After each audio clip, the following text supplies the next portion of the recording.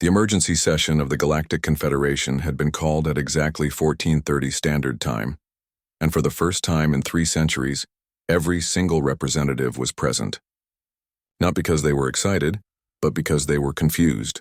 The message that had arrived that morning was so unusual that most delegates thought it was some kind of elaborate joke. Admiral Rebecca Stone sat in the human delegation section, trying very hard not to smile. She had read the transmission 7 times, and each time it got funnier. Around her, the other species were whispering nervously among themselves. The peaceful Centaurians looked worried.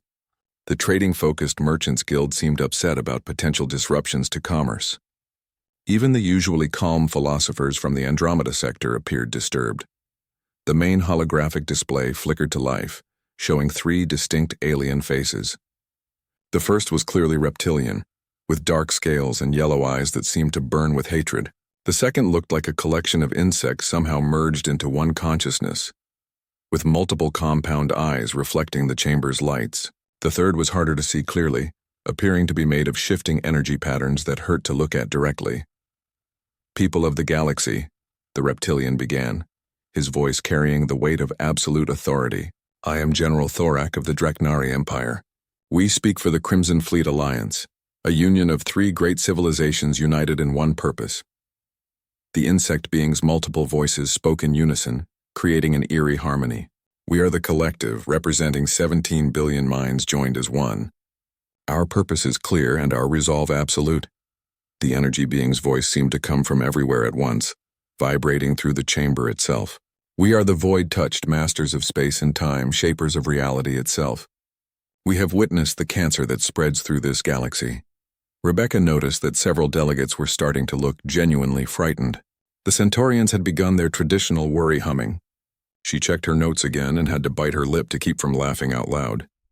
General Thorak continued, "For too long we have watched in silence as one species has spread its poison throughout the stars.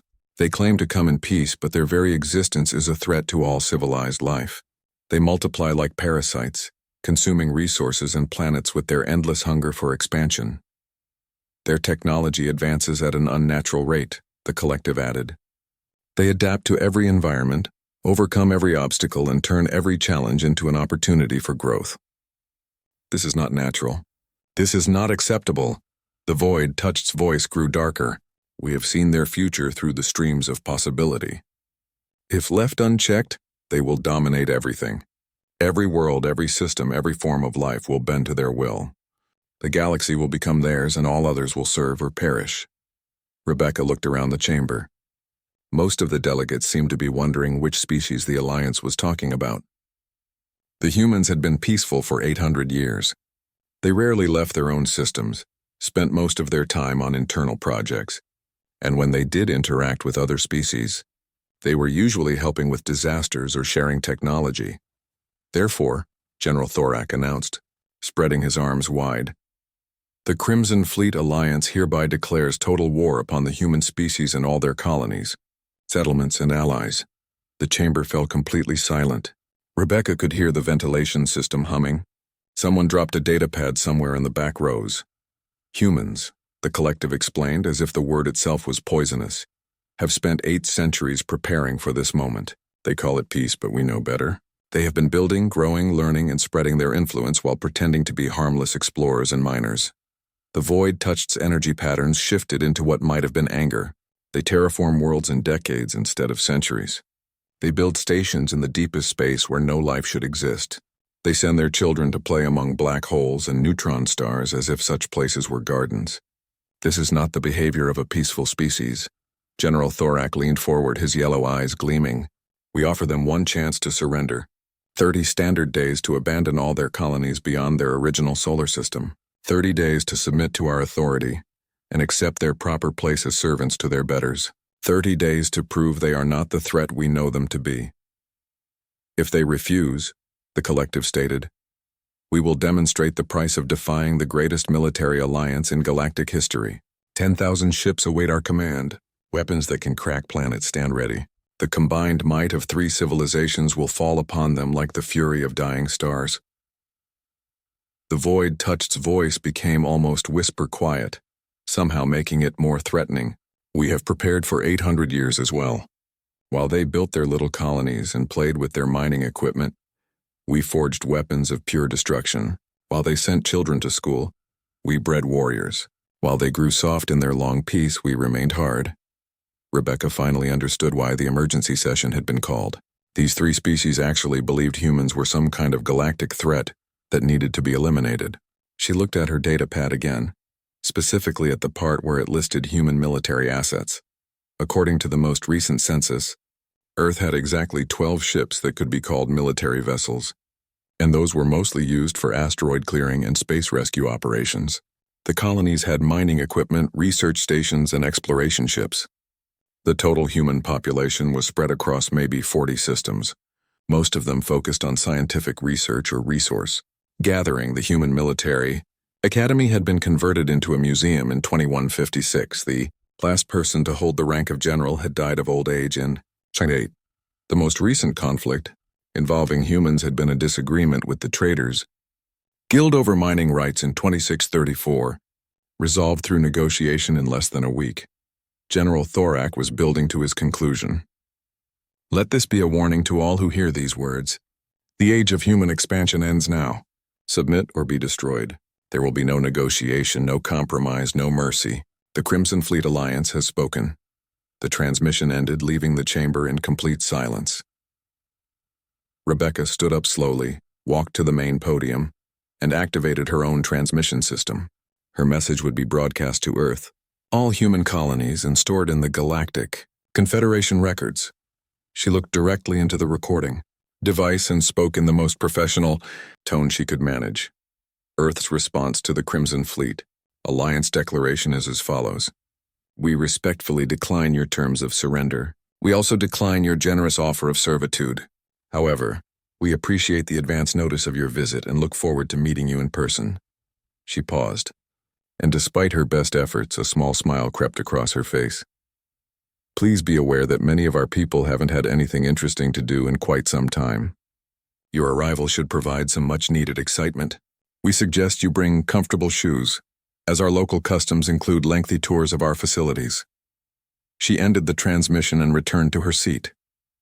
Around the chamber, delegates were staring at her in shock. The Centaurians had stopped humming and were making small, squeaking sounds instead. Rebecca opened her personal communicator and sent a priority message back to Earth. It was brief and to the point. Inform the Colonial Defense Archive that we may need to dig out some old files. Also, please ask Dr. Cross if he still remembers where we put those instruction manuals. Someone is about to find out why we call it peace. Dr. Ian Cross had been enjoying his retirement, spending most of his days cataloging old historical documents in the basement of the Terran Defense Archive. At 93 years old, he was one of the few people alive who actually remembered when the building had been called something else. Most visitors thought it was just another museum, which was exactly how Earth preferred it. The call came at 6 a.m. local time, waking him from a peaceful sleep. His personal communicator was flashing with the highest priority signal he had seen in decades.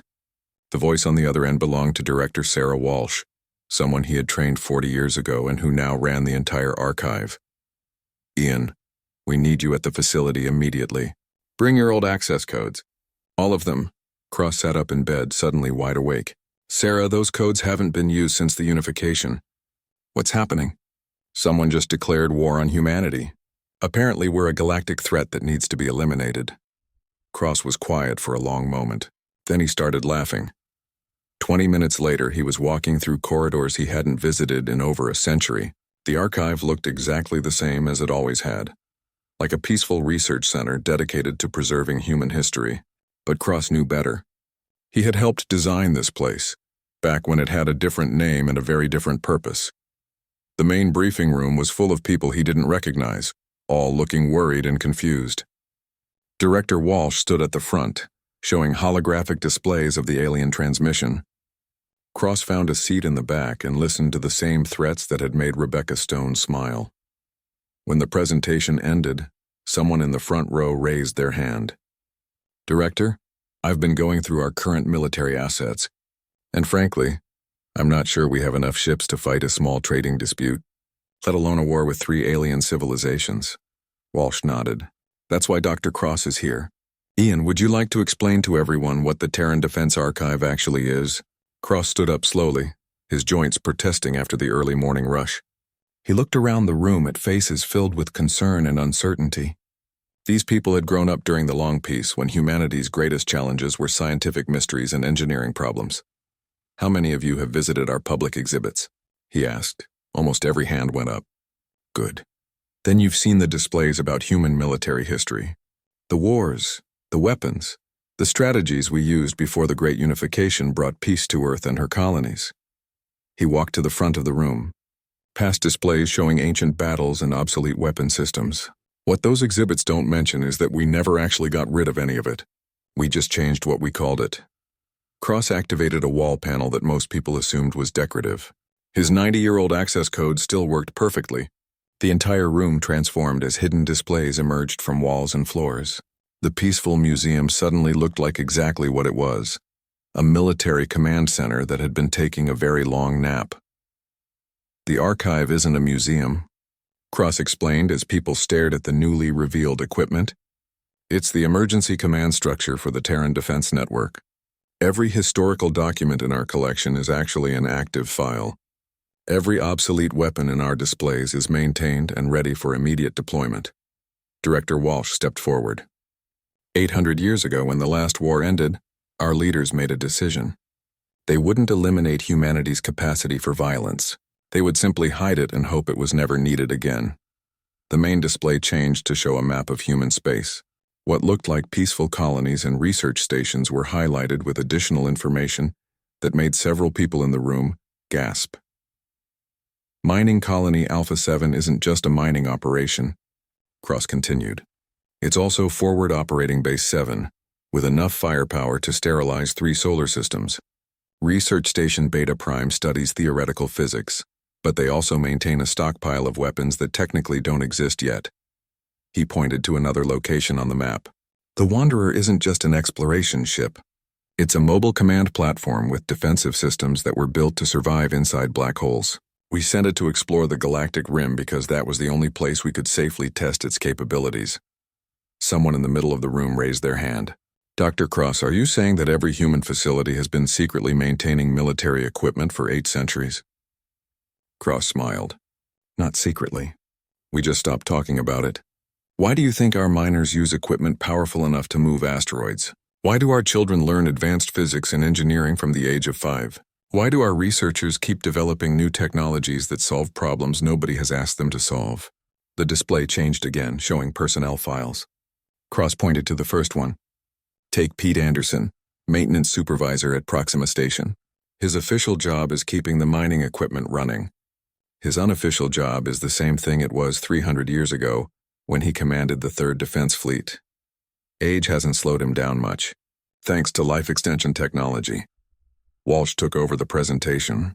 "Every human colony has a population that knows exactly what to do if someone shows up looking for a fight. We've been running disaster preparedness drills for 8 centuries. We just called them different things." Cross walked to a console he hadn't touched in decades and entered his personal codes.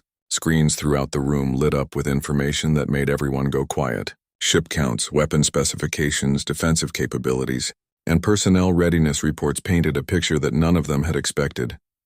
"The Crimson Fleet Alliance is bringing 10,000 ships to fight us," Cross said quietly.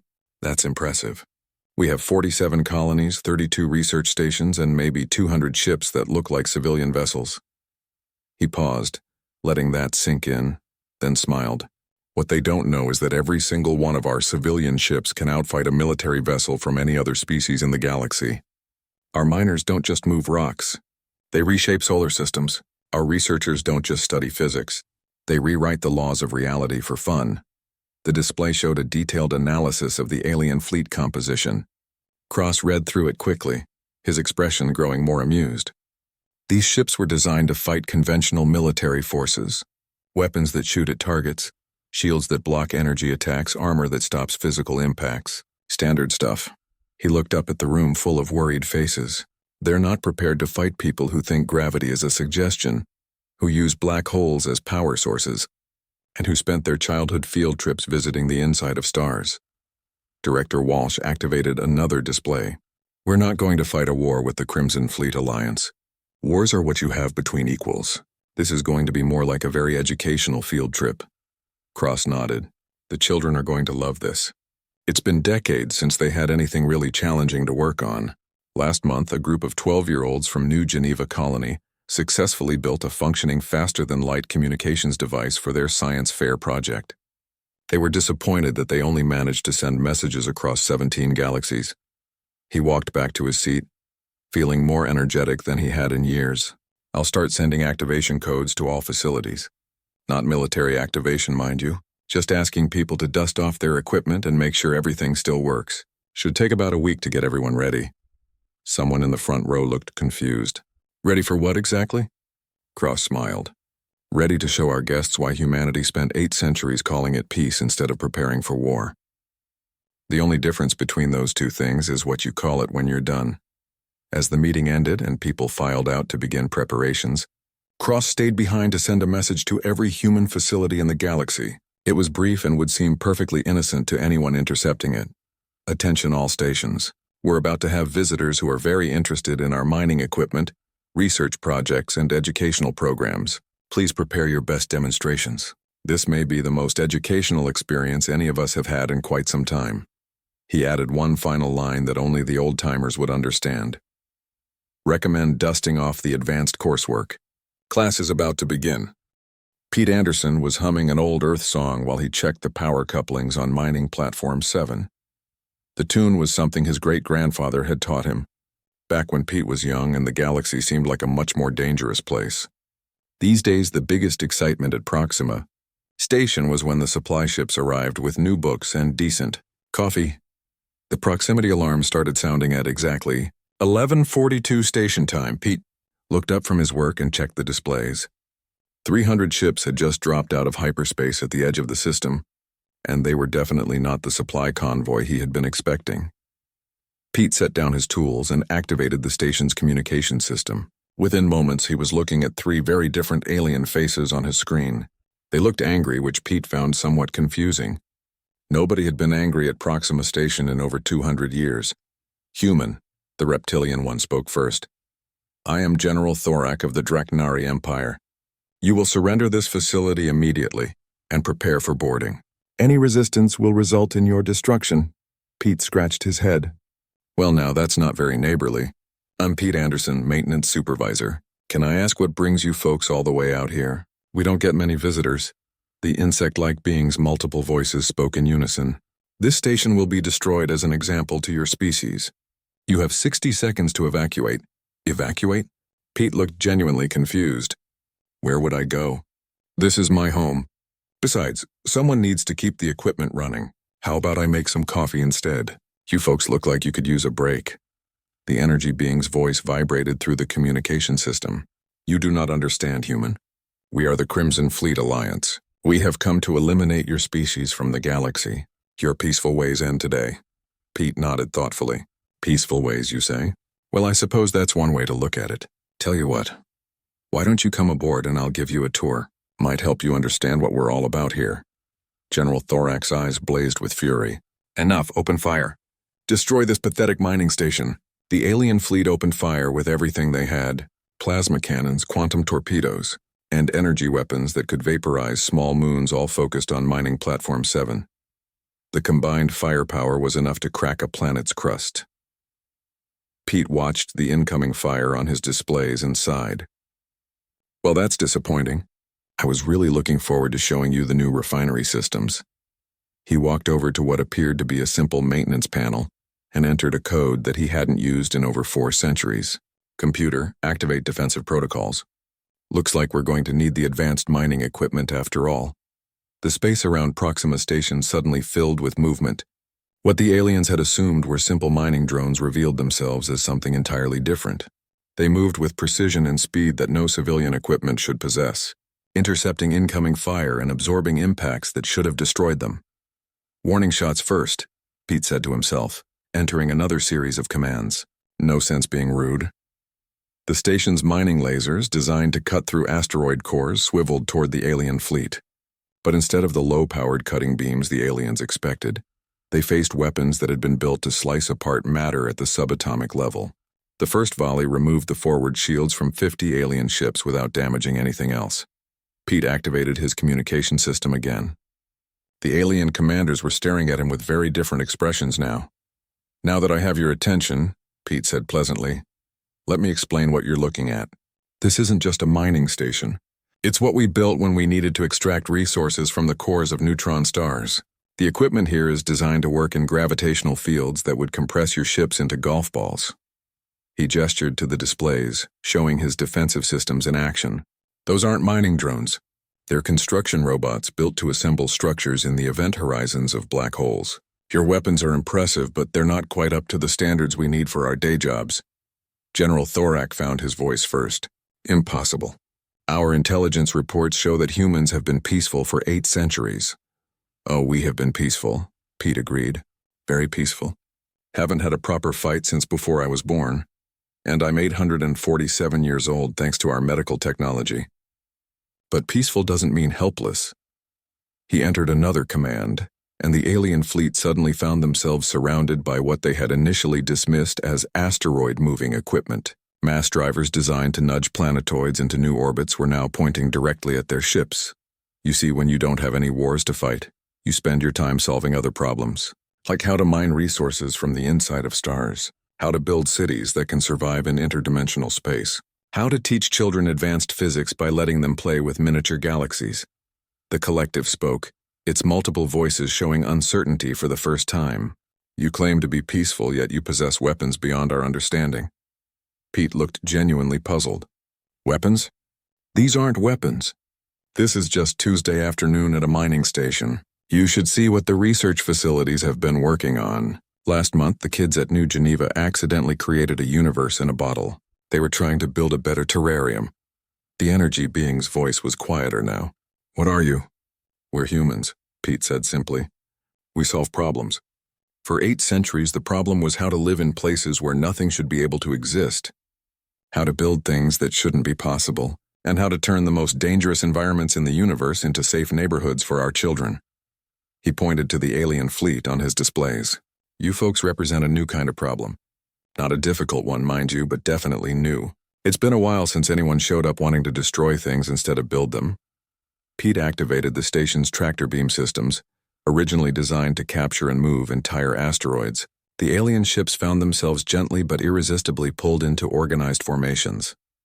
"I'm going to send you back to where you came from," Pete explained. "Partly because it's the polite thing to do, and partly because I want you to bring a message to your friends. Tell them that the next time they want to visit, they should call ahead. We'll prepare a proper welcome." The aliens watched in helpless fascination as their fleet was rearranged like toys by equipment they couldn't begin to understand. Their shields couldn't stop it, their weapons couldn't affect it, and their engines couldn't overcome it. "What message should we deliver?" General Thorak asked, his voice now missing its earlier confidence. Pete smiled. "Tell them that Pete Anderson from Proxima Station says hello. Tell them that we appreciate the visit, even if the timing was a bit unexpected. And tell them that the next time they want to see what humans are capable of, they should ask nicely." He paused, considering. "Oh, and mention that this was just one maintenance supervisor on one mining station. We have about 47 colonies, 32 research stations, and several million people who have been looking for something interesting to do." The alien fleet found itself gently pushed to the edge of the system, completely intact, but utterly helpless. As they prepared to jump back to hyperspace, Pete's voice followed them. "Safe travels, folks. And remember, if you're ever in the neighborhood again, bring coffee. The stuff we get from the supply ships isn't nearly as good as what I remember from Earth." As the alien fleet disappeared, Pete returned to his maintenance work. He made a note in his daily log. "Received unexpected visitors today.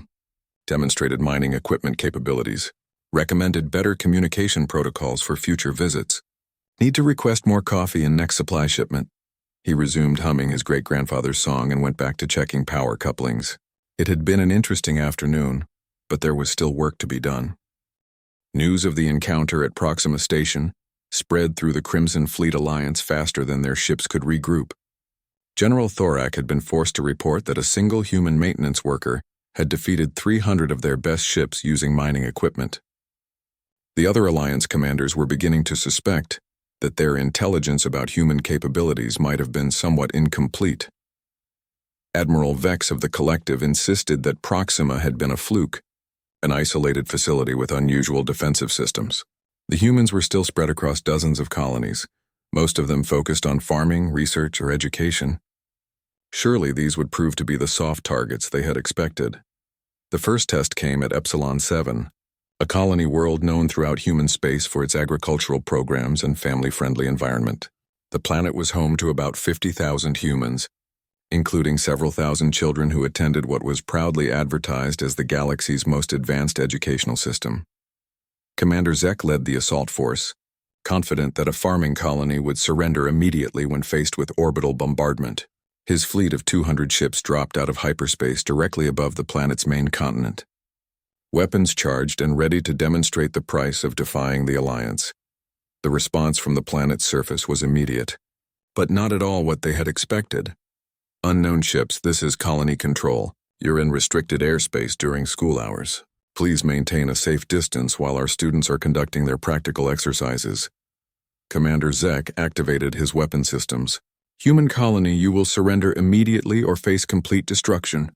You have no defenses against our superior firepower. Oh, we have defenses, the voice from the surface replied cheerfully. The question is whether you have defenses against our students. They've been working on some very interesting projects this semester. Across the planet's surface, what Zek had assumed were agricultural facilities began to transform. Farming equipment that had been tending crops moments before folded and reconfigured into shapes that hurt to look at. Children who had been playing in schoolyards were suddenly operating machinery that seemed to bend the laws of physics.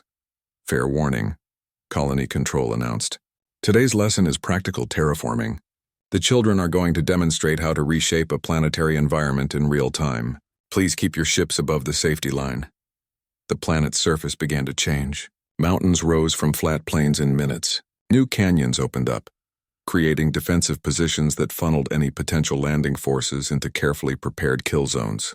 Weather patterns shifted as atmospheric processors changed the local climate to create severe electromagnetic storms that would disable most electronic systems. Commander Zek watched in growing horror as an entire world reconfigured itself like a living weapon. Impossible. Terraforming takes decades, centuries. Not if you really understand what you're doing, came the reply. Our 12-year-olds learn advanced planetary engineering as a basic subject. By the time they graduate, they can build custom solar systems from scratch. The children's laughter could be heard over the communication channel as they competed to create the most impressive geographical features. One group had built a mountain range that spelled out "Welcome visitors" in letters 50 kilometers tall. Another had created a series of valleys that formed a perfect defensive maze with only one exit. This is just their warm-up exercise, Colony Control explained. Wait until you see what they do for their final exams. Commander Zek ordered his fleet to open fire, hoping to disrupt whatever technology the humans were using. The orbital bombardment was massive, enough energy to sterilize the planet's entire surface. Every single shot missed its target. The children had been learning gravity manipulation along with their regular mathematics lessons. As the energy beams and missiles approached the planet, they were gently redirected by localized gravitational fields, sent harmlessly into space or absorbed by specially prepared impact zones that had been created for exactly this purpose. Now that was rude, Colony Control observed. Children, I think our guests need to learn some manners. Please demonstrate proper visitor protocol. What happened next violated several fundamental laws of physics. The farming equipment that had been reshaping the planet's surface reached out across space itself, using tractor beam technology that operated on principles the Alliance's scientists didn't even have theories about. Commander Zek's entire fleet was gently but irresistibly pulled down toward the planet's surface. They weren't crashed or destroyed. Instead, they were carefully landed in what appeared to be a massive outdoor classroom that had been constructed while they watched. Hundreds of human children surrounded the ships, all of them smiling and carrying what looked like educational materials. Welcome to Epsilon 7 Elementary School, a young voice announced over the communication system. I'm Amy and I'm 8 years old. Today we're going to learn about different types of spaceships and how they work. Who wants to go first? The alien crews found their ship's airlocks opening automatically, but instead of hostile boarders, they were greeted by children carrying notebooks and asking polite questions about their technology. The kids seemed genuinely fascinated by the alien ship designs, offering helpful suggestions for improvements while taking detailed notes. Commander Zek found himself face to face with a human child who couldn't have been more than 10 years old. She was holding what appeared to be a standard educational tablet, but the display was showing technical specifications for his ship's quantum drive system that should have been impossible for anyone to access. "Your engine design is really interesting," the girl said brightly, "but you're only getting about 60% efficiency from your quantum field generators.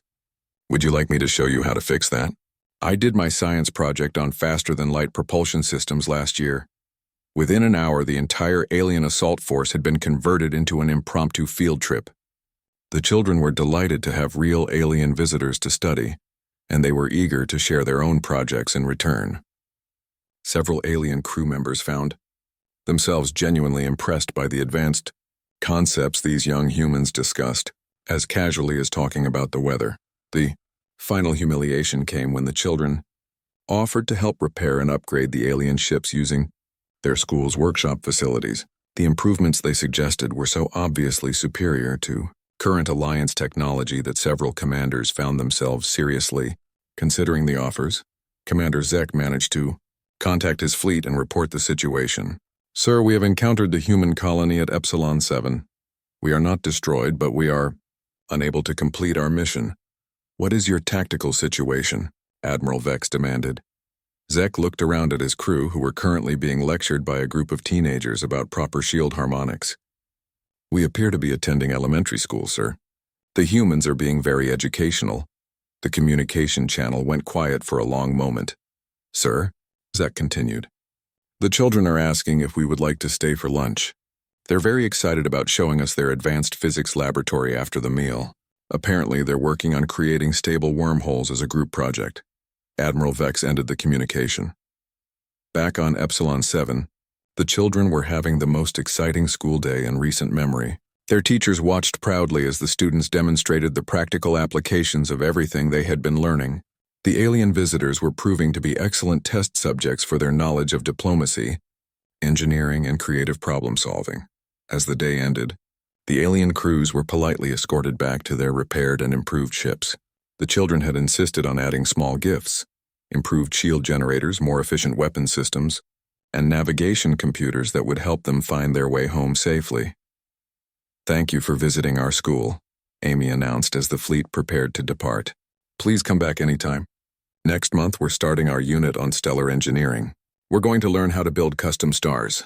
As Commander Zek's fleet limped away from Epsilon 7, he couldn't help but notice that his ship was running smoother than it ever had before.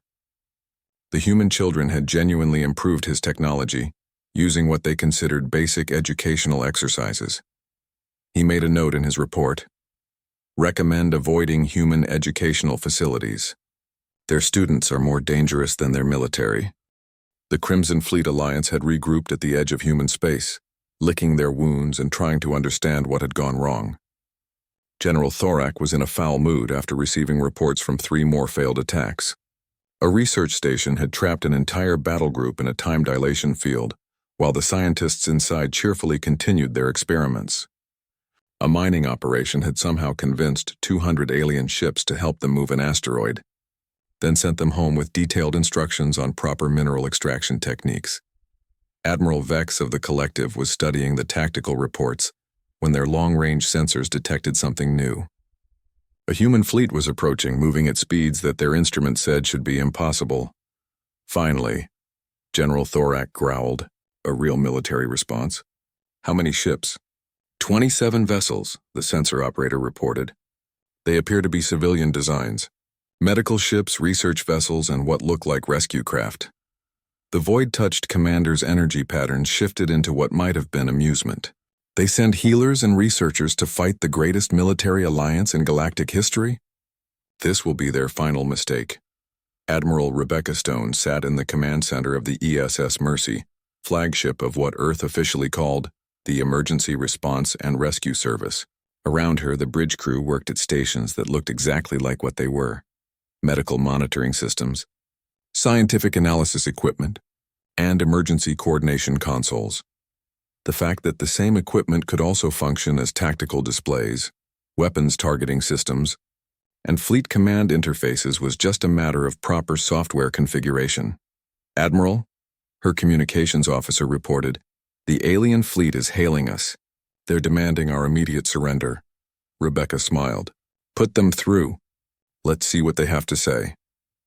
The main display showed the 3 Alliance commanders, all looking considerably more confident now that they were facing what appeared to be a small group of civilian vessels. "Human ships," General Thorak announced.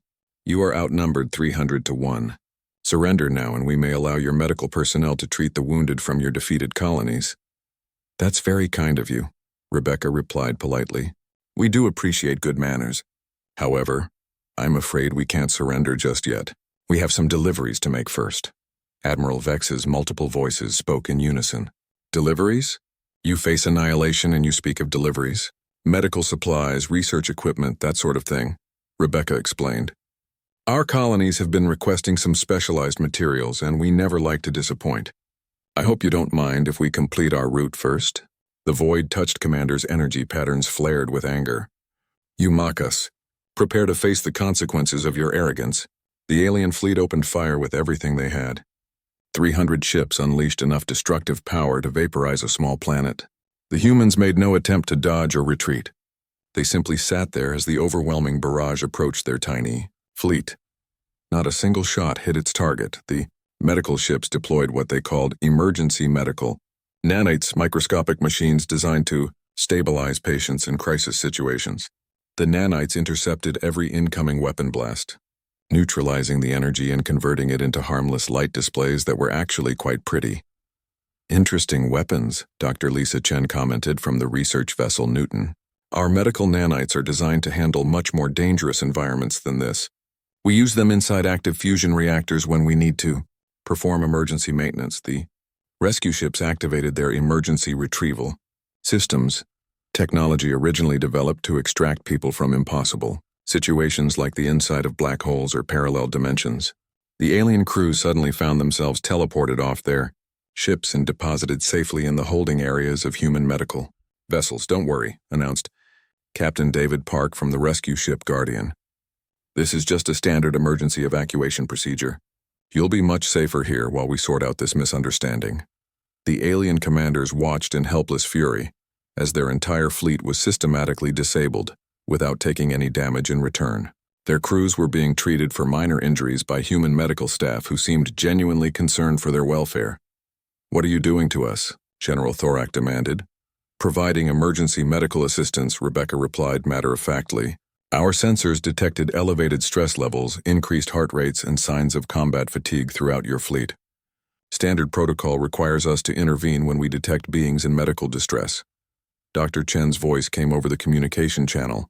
"We're also taking the opportunity to study your technology. These ship designs are fascinating from a research perspective, very inefficient but definitely creative. Would you mind if we made some improvements while you're here?" The research vessels had surrounded the alien fleet and were scanning everything with instruments that seemed to ignore the concept of shielding entirely. Within minutes, they had complete technical specifications for every ship, weapon, and defense system the Alliance possessed. "Your quantum field generators are running at dangerous instability levels," Dr. Chen continued. "We really should fix those before someone gets hurt. Also, your life support systems are operating well below optimal parameters." "How do you breathe in those ships?" Captain Park added. "We're detecting structural stress fractures throughout your fleet.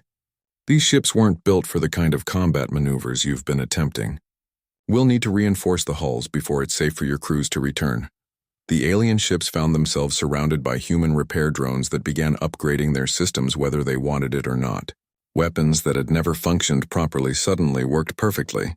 Shields that had been prone to failure became impenetrable. Engines that had struggled to maintain maximum speed were suddenly capable of performance that exceeded their original design specifications. "Stop," Admiral Vex protested. "We did not ask for your assistance." "Standard rescue protocol," Rebecca explained. "When we encounter beings in danger, we're required to provide aid regardless of whether it's requested. Your ships were in immediate danger of critical system failures. We couldn't ethically leave you in such dangerous conditions." The void-touched commander's energy patterns were shifting frantically. "This is not how war is supposed to work." "You are supposed to fight us," "Oh, we don't really do war anymore," Rebecca said. "We haven't had much practice. Instead, we solve problems. Right now, your problem is that your technology isn't advanced enough to be safe for extended combat operations. So we're fixing that." Within 2 hours, the entire Crimson Fleet Alliance found themselves in possession of ships that were more advanced than anything in their combined civilizations' histories. Their weapons could now penetrate shields that had previously been impervious. Their defenses could withstand attacks from weapons that had never been invented. Their engines could travel distances that should have been impossible. The human medical teams had also provided complete health checkups for all alien personnel, fixing a variety of medical conditions that had been bothering them for years. Several Alliance officers were surprised to discover they felt better than they had in decades. "Well," Rebecca announced, "our delivery mission is complete. We've provided medical assistance, research support, and emergency repairs to everyone who needed them. Is there anything else we can help you with today?" General Thorak looked around his improved command bridge, noting that every system was functioning at levels he hadn't thought possible. His crew was healthier and happier than they had been in years. His ship could now outfight anything else in the galaxy except, apparently, human civilian vessels. "You have made our fleet more powerful than it has ever been," he said slowly. "Why?" Rebecca smiled. "Because that's what we do. We help people solve their problems. Your problem was that your equipment wasn't good enough to be safe. Now it is." Admiral Vex's multiple voices spoke quietly. "What happens now?" "Now you go home," Rebecca replied. "Tell your people what you've learned. Tell them that humans don't fight wars because we don't need to. We solve problems instead. Much more efficient, and everyone benefits." Captain Park added, "Oh, and if you ever need any more assistance, please don't hesitate to ask. We're always happy to help. Just call ahead next time instead of shooting first. It makes things much easier for everyone." As the alien fleet prepared to depart, now equipped with technology that made them the most advanced military force in their part of the galaxy, Rebecca sent a final message: "Safe travels, and remember, if you're ever in trouble, humans are always ready to help. That's what neighbors are for." The Crimson Fleet Alliance jumped to hyperspace, leaving the human rescue fleet to continue their routine deliveries to the colonies. It had been an interesting afternoon, but there were still medical supplies to distribute and research equipment to install. Rebecca made a note in her log. Encountered distressed alien fleet. Provided standard emergency assistance. Fleet morale appears much improved. Recommend follow-up wellness checks in 6 months to ensure continued good health. 6 months had passed since the Crimson Fleet Alliance discovered that declaring war on humanity was roughly equivalent to declaring war on the laws of physics themselves. The galaxy had become a very different place. Though most of its inhabitants were still trying to figure out exactly how different, Ambassador Elena Rodriguez stood in what had once been the Alliance's primary military command center, now converted into the headquarters of something called the Galactic Peace and Friendship Coalition.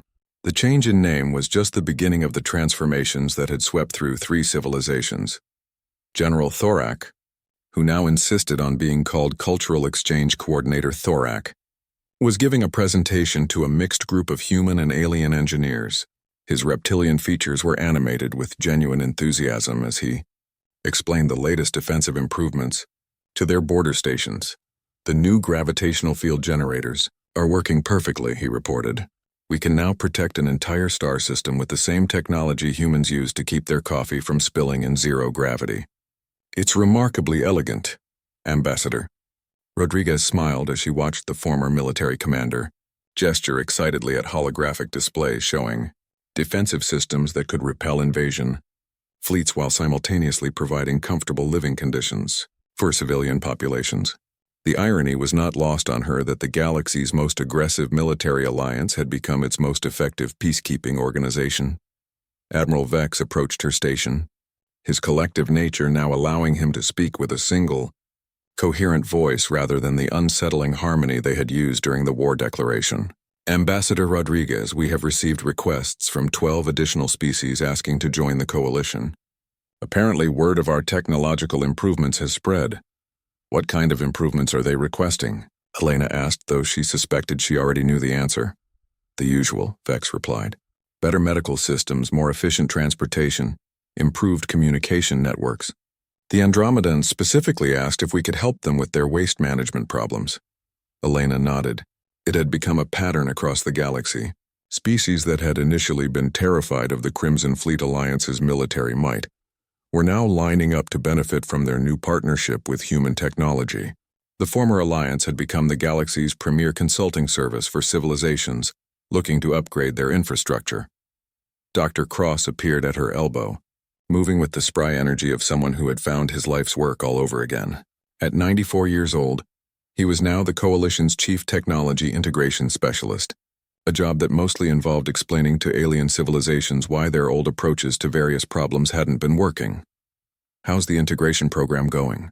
Elena asked. "Better than expected," Cross replied, consulting a data pad that was displaying information in languages that hadn't existed 6 months ago. The Draknari have completely revolutionized their mining industry using modified versions of Pete's equipment. The collective's communication networks now span 14 galaxies instead of just 3.